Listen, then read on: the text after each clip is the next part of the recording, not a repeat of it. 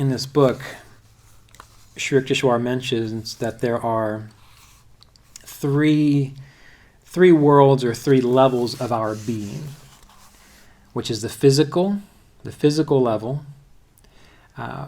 There is the level of fine matter, which we could probably relate to the astral plane, which is like our emotions, or the world of our dreams and our imagination, that inner world where you can see and experience things and feel and process. And then there is another world which is considered to be the causal world, which is the level of pure awareness and like pure ideas or pure ideation. And he describes that when you meditate and you are able to get calm and avoid distractions and experience that inner stillness, eventually what happens is you begin to hear that sound that we discussed, that Om vibration, and sometimes together, you end up seeing like a radiant light in this area. So if my eyes are closed and I'm slightly looking upwards, I would see a radiant light in this area behind my closed eyelids. And that by giving your attention to that, that is like the process of spiritual baptism. And so he is equating not taking someone out into the water and dunking them. He's equating by giving your full attention to this Om, this sacred current, you are essentially sacrificing your small sense of self. And the more you do that, the distractions fall away, and eventually you wake up from the material creation, meaning you stop taking the stuff that's happening to you physically so seriously. It doesn't mean you don't participate. You still participate, you still pay your bills, you still try to take care of your body, but whether things go well or they don't go well, you do your best and you let go of it. So you wake up to this understanding, oh, I am more than this physical body, this personality. And the more often you keep going back into this state, you eventually start to realize that the experiences that you have, how you think about things, how you know things, is related to this second level, this astral level. Until eventually you keep doing it, you keep going into this sound, this meditative state, this inner light, and then you wake up to what's called the causal level, or that idea of pure awareness, pure being. And so by meditating well, and by meditating well, I mean you do whatever it takes to be still and quiet inside. And you learn to abide in that silence, and you learn to hear that inner vibration or see that inner light, and then you make that what you are giving yourself to. You're giving your full attention to that. And in time, it becomes consistent. Meaning, when I first started coming here, 20 years ago, when I would first walk into this space, this meditation hall, I would hear that sound. But it would very quickly go away because I had no idea what it was or what to do with it. But as the years went by, I started to pay more attention to it. And now, when I come to this place, I can hear it almost immediately. And when I'm on my own meditating, because I'm able to pull my awareness within, I can hear it almost immediately. And it's because of 20 years of training myself to do that. It wasn't God's gift of grace to me. I mean, maybe it was that I had that inspiration to do it, but it was the constant training, the constant sacrifice of my time and my attention to develop that capacity such that it became a natural, easy experience. So that is why we are meditating, to do that, to learn how to do that. And then we recognize, let me see if I've marked the pages here. I did before I came down. Here we are. Then we start to recognize that this whole idea of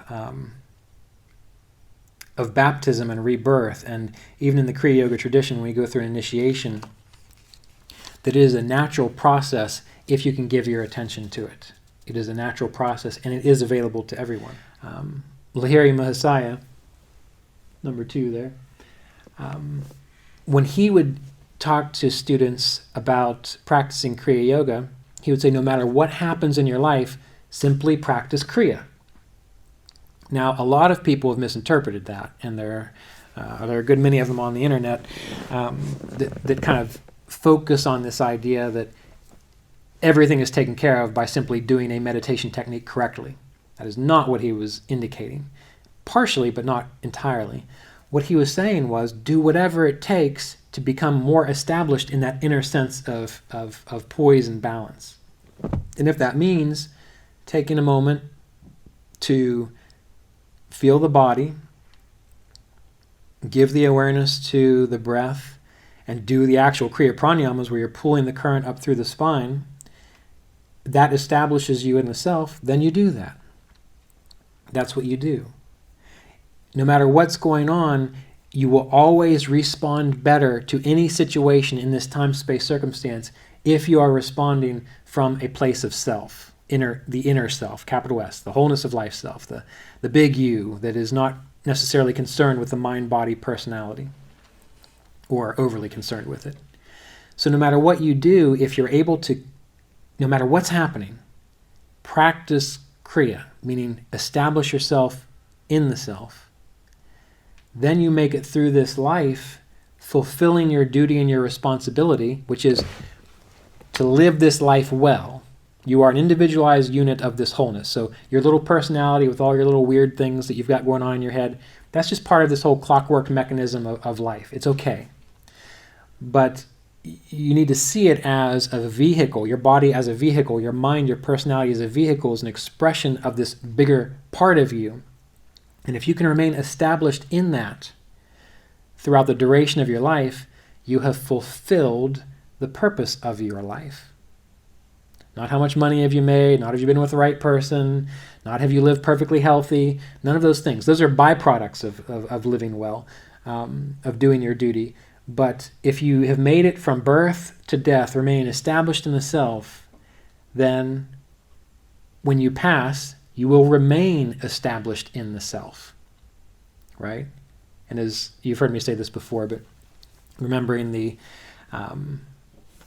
time Mr. Davis was asked, how do I know when I die that I will fully awaken to an enlightened consciousness?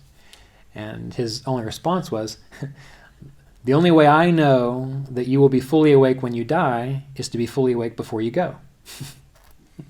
So that is why now is the most important time for you, because you're only here for a week or for 2 weeks.